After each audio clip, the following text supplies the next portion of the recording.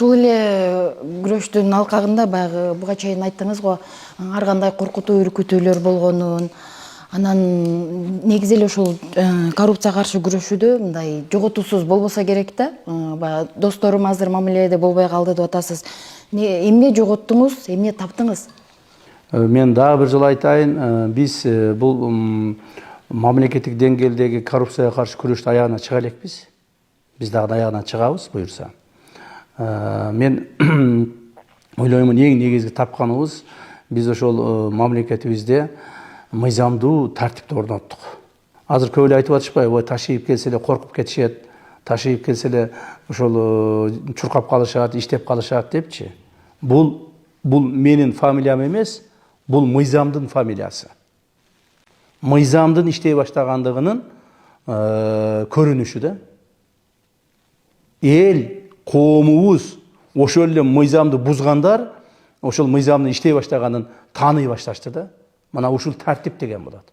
Коомубузда, мамлекетибизде мыйзамдуу тартип орноголо баштады. Мына биз ушуну уттук. Биз ушуну жасадык. Ушуга биздин эркибиз, күчүбүз, мүмкүнчүлүгүбүз, акыл эсибиз жана саясий эркибиз жетти. Мен жана башында айткандай, урматтуу президентибиздин саясий эрки коррупция менен күрөшүүгө, уюшкан кылмыштуулук топту жок кылууга жетти да. Мына ушуну менен биз уттук. Ал эми биздин жоготуубуз эмне? Биздин жоготуубуз негизинен башында эле айтып өткөндөй, биз бул өмүрдө чогуу жүргөн көптөгөн тааныш тамырларды, досторду, жакын тууган уруктарды жоготтук. Себеби алар, мен билем, көптөгөн мен өзүм жакындарымды эле камап салбадымбы. Мына мен азыр айтайын сизге, ачык эле айтайын. Бүгүнкү күндө менин бир кудагыйым түрмөдө турат. ГКМбын СИЗОсунда турат. Эмне үчүн? 2022-23 жылдары кылган кылмыш үчүн. Ошону чыгарабыз деп мага кимдер гана келбеди. Бир тууган агам, ошонун кудагыйы, баласынын кайненеси. Бир тууган агам, башка туугандарым, тияк-бияктар бүт баары келишти. Мен эч кимсе жол бербедим. Ал отурат, жана ал мыйзамдуу жазасын тартыш керек да.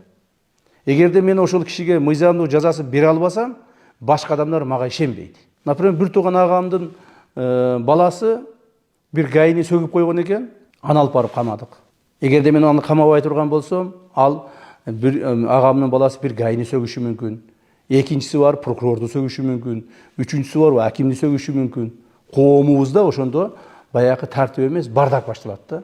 Ошол болбош үчүн ошо көзү өтүп кеткен бир тууган агамдын баласын апарып мен камадым. Анын бир туугандары жана башкалардын бардыгы мени жек көрүшүп атат. Жек көрсө эмне кылайын? Мен үчүн мамлекеттик тартип керек. Мен азыр ушу мамлекеттик тартипти орнотууну, ички сырткы коопсуздукту камсыз кылуунун жетекчиси катары, ошол органдын жетекчиси катары. Өзүм принципиалдуу болбосо, анда бул органды, мен мамлекеттик органды башкара албай калам да. Ошондуктан жана сиздин сурооңузга жооп берип жатып ойлонуп кеттим. Ал эми ушул коррупцияга каршы күрөшүүдө, уюшкан кылмыштыкка каршы күрөшүүдө жеке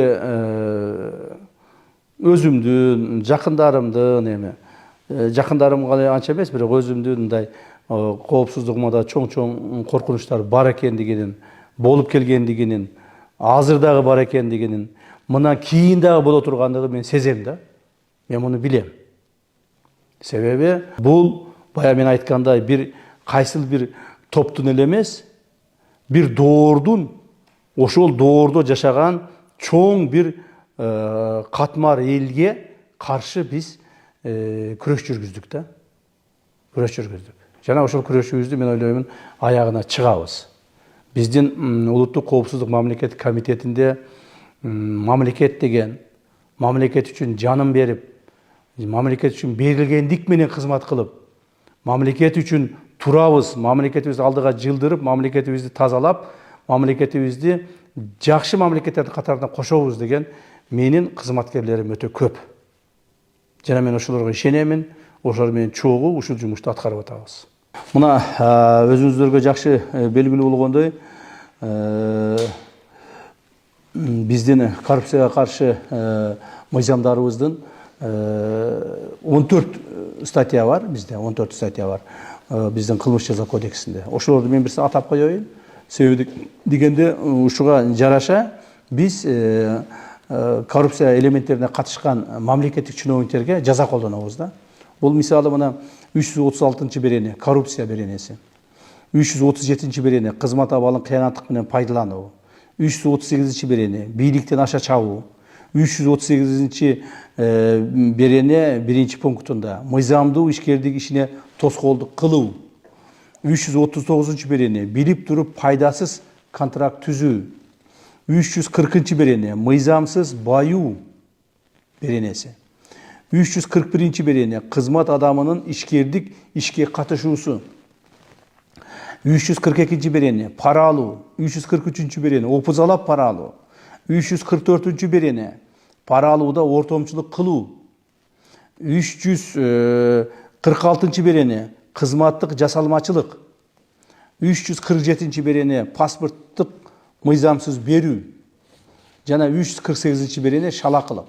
Бул деген ушул беренелер менен, ушул 14 берене менен биз коррупцияга каршы күрөшүүнүн мыйзамдарын күчөттүк да.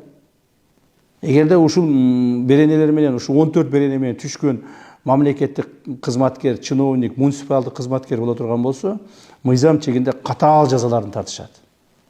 Ошондуктан мен дагы бир жолу кайрылып айтып кетер элем, урматтуу мамлекеттик орган жетекчилери, муниципалдык кызмат жетекчилери, күч структуранын жетекчилери жана ошол жерде иштеген кызматкерлер баарыңыздарга ошол мамлекетибиздин ички сырткы коопсуздугун сактоо кызматынын башчысы катары, улуттук коопсуздук мамлекеттик комитетинин башчысы катары кайрылуу жасап айтып кетейин. Бул коррупциялык элементтерден, коррупциялык беренелерден түшүп калбаш үчүн сөзсүз түрдө таза иштегиле.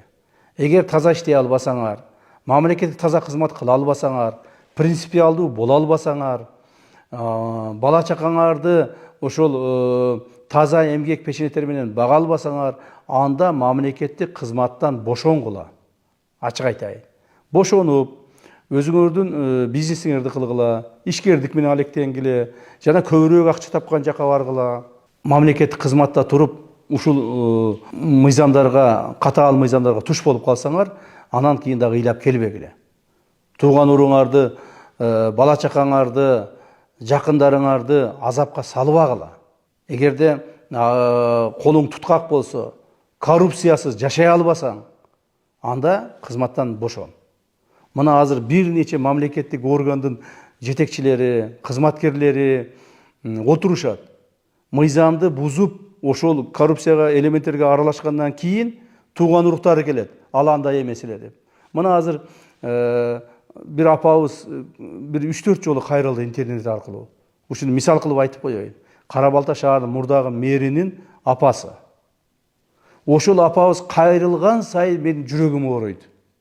Ошол апабыз айткан сайын мен ушул чын айтканда апанын акыбалын көрүп туруп ыйлагым келет. Бирок ошо Кара Балта шаарынын мурдагы мэринин кылган кылмыштары тергөө амалдарынын негизинде толук такталып, азыр сотко өткөзүлүп берди. Эми ал бала жаңы мыйзамдын негизинде, катаалданган коррупциялык мыйзам негизинде өзүнүн жазасын алыш керек. Аны эми сот чечет. Канча жаза берет, аны сот чечет. Бирок ошол эле мезгилде мына ушундай акыбалга ата-энени, апаларыбызды, бир туугандарыбызды, балдарыбызды салбашыбыз керек. Дагы бир жолу кайрылып коеюн. Мамлекеттик, муниципалдык, укук коргоо, күч түзүмдөрүндө иштеген биздин кызматкерлер. Эгерде коррупциясыз иштей албасаңар, кызматтан бошоп, башка ишке баргыла. Бирок коррупция менен колго түшкөндөн кийин ыйлап келбегиле. Коррупция менен колго түшкөндөрдүн бардыгын катаал жазасын беребиз. Мени жакшы көрөсүңөрбү, жаман көрөсүңөрбү, мен мамлекет үчүн иштеп атам, мамлекет үчүн аягына чейин иштейбиз. Бизге коюлган, президент тарабынан коюлган тапшырма ушундай.